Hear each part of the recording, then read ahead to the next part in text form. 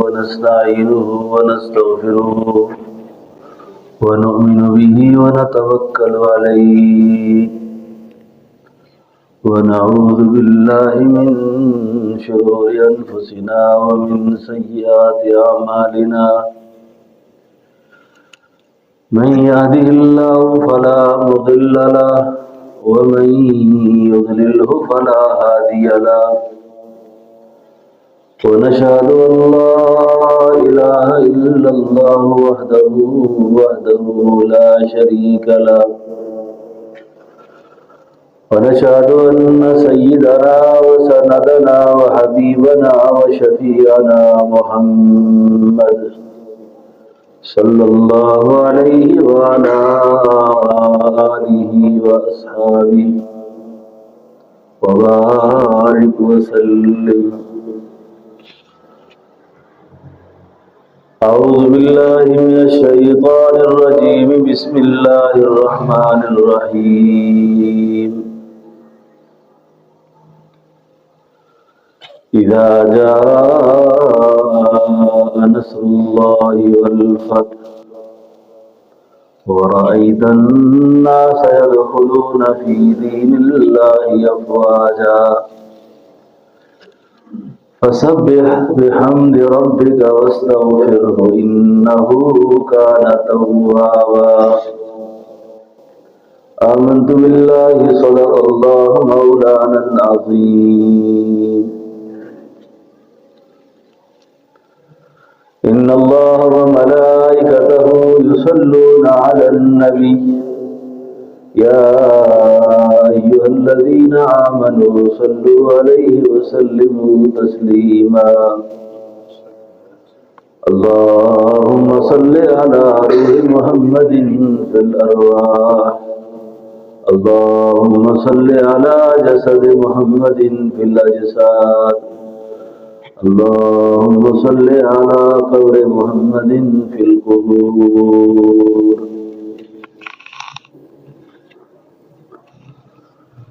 انتہائی واجب الاحترام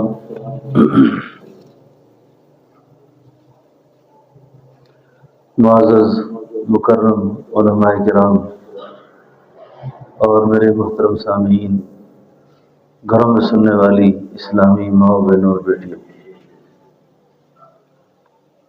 قاری صاحب مجھ سے پہلے بہت ہی خوبصورت لہجے میں تلاوت کر رہے تھے اور سورہ نصر کی تلاوت کر رہے تھے جو میں نے سنی. سورہ نصر کو سنتے ہی ایک مضمون سامنے آیا کہ اس سورت کے نزول کے وقت بعض صحابہ تو خوش ہوئے اور سیدنا ابوبکر صدیق رونا شروع ہو گئے. کسی نے پوچھا کہ آپ کیوں رو رہے ہو؟ فرمایا رویا اس لیے ہوں کہ اللہ کے حبیب ہم سے پردہ فرمانے لگے. ہماری کل کائنات، ہماری متاع جن سے ہم جینے کے لائق ہوئے، یہ سورت یہ خبر دے رہی ہے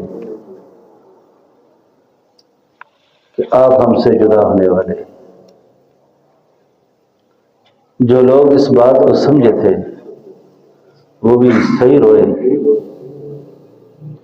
کیونکہ دنیا انسانیت کے اندر اس سے بڑا حادثہ اور کوئی نہیں تھا کہ جس دن اللہ کے حبیب صلی اللہ علیہ وسلم دنیا سے رخصت ہوئے. کائنات انسانیت کا اتنا بڑا دکھی واقعہ، اتنا افسوسناک واقعہ نہ پہلے کبھی پیش آیا نہ آئے گا جو آمنہ کے لال کی جدائی کا واقعہ تھا. مدینہ طیبہ کا سارا ماحول سوگوار تھا. بچے، بوڑھے، جوان، مرد اور عورتیں، کوئی آدمی اس بات کو سننے کو تیار نہیں تھا کہ اللہ کے حبیب پردہ کر گئے. آپ وفات پا گئے ہیں۔ یہاں تک کہ بعض صحابہ اس خبر کو سنتے ہی جنگلوں کی طرف دوڑ پڑے، جنگلوں کی طرف دوڑ پڑے۔ سیدنا عثمان رضی اللہ عنہ بڑے شان والے صحابی ہیں۔ ان کو کسی نے گلہ کیا اس سے کہ عثمان، میں نے تجھے سلام کیا تھا، تو نے مجھے سلام کا جواب نہیں دیا۔ نے کہا کس دن؟ انہوں نے کہا جس دن رسول اللہ صلی اللہ علیہ وسلم فوت ہوئے۔ مجھے یہ خیال ہوا کہ شاید مال کے تکبر کی وجہ سے تو نے مجھے جواب نہیں دیا۔ سیدنا عثمان رضی اللہ عنہ فرمانے لگے، اللہ کی قسم، جس دن میرے محبوب کا وصال ہوا اس دن مجھے ہوش ہی نہیں تھا کہ میں کہاں کھڑا ہوں، کہاں بیٹھا ہوں، کہاں چلا ہوں، مجھے تو آپ کی کوئی بات یاد نہیں۔ آپ کی لخت جگر، آپ کی نور نظر، سیدہ طیبہ طاہرہ ام فاطمہ الزہرا رضی اللہ عنہا بڑے دکھ سے انہوں نے ایک مرثیہ پڑھا، دکھ بھرے اشعار پڑھے، اور کیا کہتی ہیں؟ صبت علیہ مصائب لو انہا، صبت علیہ مصائب لو انہا، صبت علی الایام سن لیالیہ۔ آج میں اپنے باپ کی جدائی سے وہ غم دیکھ رہی ہوں، اگر یہ غم راتوں پہ آتے تو رات دن بن جاتے، اور دنوں پر یہ غم آتا تو دن رات بن جاتے۔ آمنہ کے لال صلی اللہ علیہ وسلم کی جدائی کا حادثہ اور سانحہ اتنا دل خراش واقعہ تھا کہ تاریخ انسانیت میں، جیسے میں نے عرض کیا، اس سے بڑا واقعہ اور کوئی پیش نہیں آیا۔ اب آپ صلی اللہ علیہ وسلم کی وفات کے بعد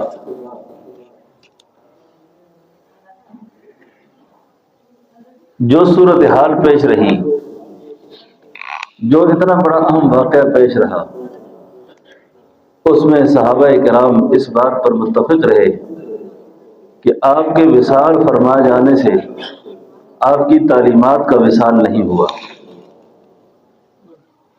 آپ کی دعوت کا وصال نہیں ہوا۔ آپ جو دعوت اور جو فکر اور جو غم چھوڑ گئے تھے، وہ غم امت کو اپنے سینے سے لگانا چاہیے، اس غم کو اپنے ساتھ رکھنا چاہیے۔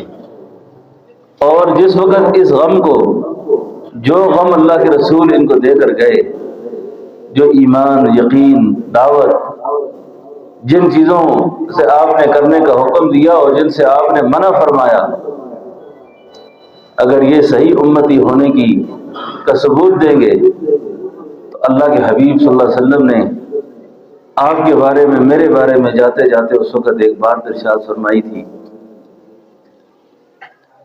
کہ میرے احباب کو میرا سلام دینا۔ میرے احباب کو، میرے احباب صحابہ کہنے لگے، حضور ہم نہیں ہیں۔ فرمایا تم تو میرے صحابی ہو، میرے دوستوں کو جو تمہارے بعد آئیں گے، تمہارے بعد آئیں گے۔ اب ہم جو لوگ موجود ہیں، ہم سب کو اس بات کا اہتمام اور التزام چاہیے کہ ہم رسول اللہ صلی اللہ علیہ وسلم کی سنتوں کا، آپ کی حیات طیبہ کا بہت زیادہ خیال رکھیں اور اپنی زندگی کو بدلنے کی کوشش کریں، اپنے آپ کو ٹھیک کرنے کی کوشش کریں۔ نہ جانے موت کا وقت کب ہم کو آگے پکڑ لے، اور اب ہم اس حالت میں ہوں کہ ہماری موت کے لیے تیاری نہ ہو۔ دیکھیے، آج ہم اپنے محاسن کو، اپنے بڑوں کو، اپنے احباب کو یاد کر کے روتے ہیں۔ میرے ابا جی فوت ہو گئے، میرے والد فوت ہو گئے، میرے بھائی فوت ہو گئے، میرے فلاں رشتہ دار تعلق والے دنیا سے چلے گئے۔ دوستوں، میں آپ کو سچ بات بتاؤں، حقیقت میں رونا ان کے پیچھے نہیں ہے، رونا اپنے اوپر چاہیے، اپنے اوپر رونا چاہیے۔ کیوں؟ فرمایا جو شخص مر جاتا ہے نا، وہ اور مرنے کے بعد بڑی بڑی مصیبتوں سے آزاد ہو جاتا ہے، بڑے بڑے غموں سے آزاد ہو جاتا ہے، اور وہ ساری مصیبتیں اور سارے غم اس مسجد کی حال میں بیٹھے ہوئے غریب امیر، چھوٹے بڑے، بوڑھے جوان، مرد عورت، سب پر وہ مصیبت ابھی باقی ہے جو ہمارے بڑوں پہ گزر چکی ہے۔ آپ سب کو پتہ ہونا چاہیے کہ میرا اور آپ کا واسطہ ملک الموت سے پڑے گا۔ ملک الموت کو براہ راست ہم سب نے دیکھنا ہے۔ یہ بہت بڑی آزمائش باقی ہے۔ جس آدمی کو اتنی بڑی قوت سے نبرد آزما ہونا ہے، اس سے ٹکر پڑے گی، وہ جس وقت اپنا ہاتھ رکھے گا نا، آپ کو مجھے یقین جانے نہ گھر کی چابیاں یاد رہیں گی، نہ کوئی اپنے پلاٹ کی رجسٹری یاد رہے گی، نہ اپنی زمینیں یاد رہیں گی، نہ اپنا کوئی جائیداد یاد رہے گا، نہ اپنی اولاد یاد رہے گی۔ کسی آدمی کا اس وقت کسی آدمی کی پرواہ نہ رہے گی جس وقت ملک الموت تھوڑا سا ٹچ کرے گا۔ آدم صفی اللہ نہ رہے، موسیٰ کلیم اللہ نہ رہے، ہم کیا رہیں گے جب رسول خدا نہ رہے؟ یقین جانیں اتنی بڑی آزمائش باقی ہم پر، جس کا ادراک اور احساس اچھے اچھے لوگوں کو نہیں ہے۔ اچھے اچھے لوگوں کو اس بات کا احساس اور ادراک نہیں ہے کہ بھائی میرے ساتھ اتنے بڑے واقعات پیش آنے والے ہیں، اور ان واقعات میں ایک بڑا اہم واقعہ، ایک بڑی آزمائش ملک الموت کو دیکھنا ہے۔ سیدنا حضرت ابراہیم خلیل اللہ علیہ السلام نے، اندر آؤ، آگے آ جائیں، سیدنا ابراہیم خلیل اللہ علیہ السلام نے ایک دن پوچھا کہ ملک الموت آپ فساق کی، بے دین لوگوں کی روح کو کیسے قبض کرتے ہیں؟ اس وقت آپ کی شکل کیا ہوتی ہے؟ جس وقت ملک الموت نے اپنی وہ صورت دکھائی نا، اللہ کے خلیل بے ہوش ہو کے گرے، بے ہوش ہو کے گر گئے۔ جب ہوش آیا تو فرمایا دیکھ لی میری وہ صورت؟ میں کہانی نہیں بیان کرتا، قرآن کہتا ہے والنازعات غرقا والنازعات غرقا والناشطات نشطا والسابحات سبحا والسابقات سبقا۔ اللہ فرماتے ہیں مجھے قسم ہے ان فرشتوں کی جو روحوں کو توڑ کر نکالتے ہیں، مجھے قسم ہے ان فرشتوں کی جو روحوں کو توڑ کر نکالتے ہیں۔ سیدنا عمر سے کسی نے پوچھا کہ یہ والنازعات غرقا میں اللہ کہتے ہیں مجھے قسم ہے ان فرشتوں کی جو روحوں کو توڑتے ہیں، یہ روح کیسے توڑی جاتی ہے؟ فرمایا خاردار جھاڑی ہو، اس خاردار جھاڑی کے اندر تم اپنی ریشم کی چادر کو پھینکو، اور اس چادر کو پھینکنے کے بعد پھر اس کو کھینچو۔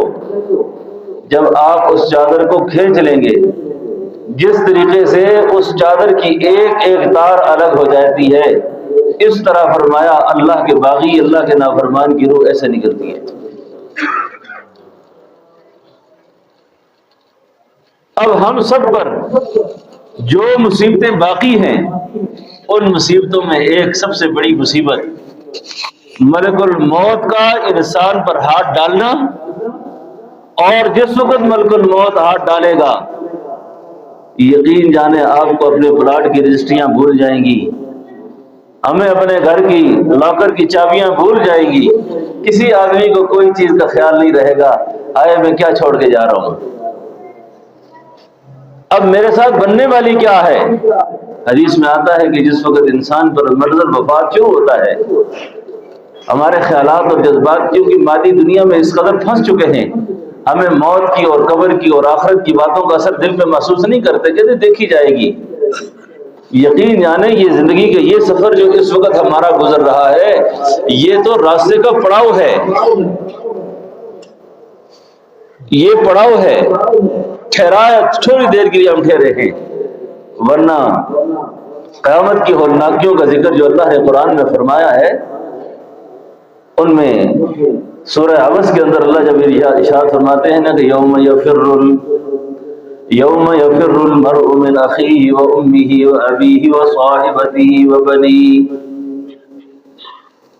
یوم یفر المرء من اخیہ و امہ و ابیہ و صاحبتہ و بنیہ لکل امرئ منہم یومئذ شأن یغنیہ۔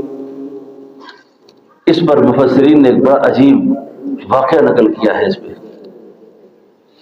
انسان اپنی اس فانی زندگی کی محبت کی جو دوڑ ہے نا، اس دوڑ میں اولاد کے لیے، بیوی کے لیے، خاندان کے لیے ہر طرح کی ضلالت اٹھاتا ہے، ہر طرح کی بے غیرتی کرتا ہے، اس کو حلال حرام سچ جھوٹ اس کی کوئی پرواہ نہیں ہوتی، اور خاص طور پہ عورتوں کے نشے میں آ کر تو آدمی بہت کچھ کرتا ہے، اولاد کی محبت میں بہت کچھ کرتا ہے، ماں باپ کے احترام میں اتنا آگے چلا جاتا ہے کہ ان کو اس کو پرواہ نہیں کہ میں حلال لا رہا ہوں یا حرام لا رہا ہوں۔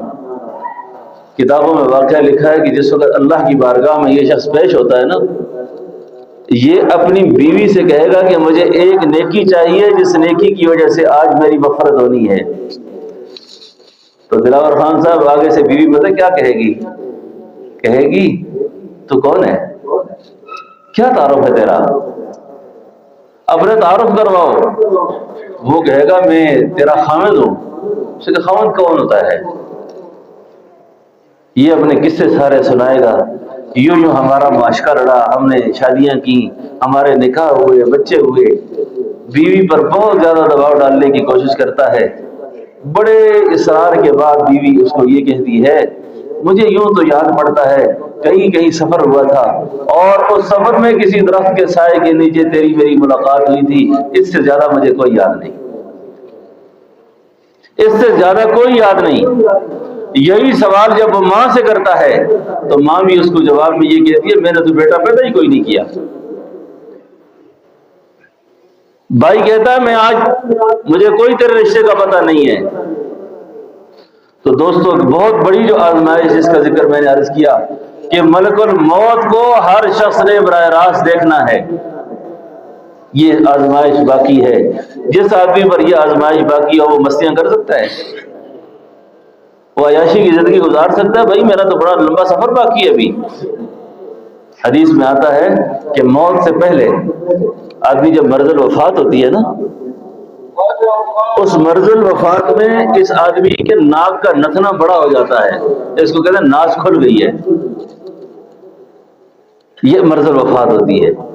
جب کسی مریض پر اس طرح کی کیفیت طاری ہو جائے اس کے سامنے بیٹھ کر کبھی دنیا کی بڑھوتری کا ذکر نہیں کرنا چاہیے، اس کے سامنے دنیا کا کوئی تذکرہ نہیں کرنا چاہیے، اس کے سامنے ایمان، قبر، آخرت، اگلے سفر کی بات کرنی چاہیے کہ بہت لمبا سفر درپیش ہے۔ تو فرمایا ایک آزمائش کون سی باقی ہے؟ بولو، ملک الموت۔ دوسری آزمائش اللہ کے حبیب نے فرمایا موت کے وقت انسان کو شدید ترین پیاس لگتی ہے۔ کتنی پیاس لگتی ہے؟ اتنی پیاس لگتی ہے کہ سمندروں کو اگر اس کی طرف کیے جائے تو اس کو پیاس بجھنے کا نام نہ لے گی، اتنی پیاس ہے۔ یہ دوسری آزمائش ہے، اور سب سے بڑی آزمائش خاتمہ ایمان کی ہے، خاتمہ ایمان کی۔ اللہ کے حبیب نے فرمایا آخری زمانے میں صبح کو لوگ کافر ہوں گے، رات کو مسلمان ہوں گے، صبح مسلمان ہوں گے، رات کو کافر ہوں گے۔ اب آپ دیکھیے کہ سوشل میڈیا پر کیا ہو رہا ہے، ہماری عام سوسائٹی کے اندر، ہمارے عام ماحول کے اندر کس طرح کی لغویات ہیں، کفر اسلام کی باتیں ہیں۔ کوئی کسی کو نماز کی دعوت دے تو آگے سے کہا اور تو پڑھ، تو پکا مسلمان ہے، میں نہیں ہوں، یہ کلمات کفر ہیں۔ آپ جیسے حاجی ہم نے بہت دیکھے ہیں، جاؤ تم حج کرو، لوگوں کے لیے خیرات کیوں نہیں کرتے تم؟ یہ کلمات کفر ہے۔ یہ مسجد بناؤ اور چھوڑو جی مسجدیں بنانے کا کیا فائدہ ہے، کسی غریب کو روٹی کھلاؤ، اس طرح کی باتیں ہمیں پتہ ہی نہیں ہوتا کہ ہم اسلام میں نہیں رہ رہے۔ ہم دین میں نہیں رہے. تو ان چیزوں کا بہت زیادہ خیال رکھیں. خاتمہ ایمان پر ہونا، ملک الموت کو دیکھنا، موت کے وقت کی پیاس لگنا، یہ سارے مراحل ہم سے پہلے لوگوں پر گزر گئے ہیں. اب ہم پر یہ باقی ہیں. اب ضرورت اس بات کی ہے کہ ہم اپنی موت کو سیدھا کریں، اپنے انجام کا غم رکھیں. علامہ اقبال مرحوم نے کہا تھا، خرد بندوں سے کیا پوچھوں کہ میری ابتدا کیا ہے. اب تک تو پتہ چل گیا کہ میں فلاں سن میں پیدا ہوا تھا، ایسے پڑھا ہوں، ایسے کھیلا ہوں، ایسے نوکریاں کی ہیں، ایسے شادیاں کی ہیں، یہ ہوا ہے. اب اس کے بعد کی جو زندگی ہے، تمام اولیاء امت کا اس بات پر اتفاق ہے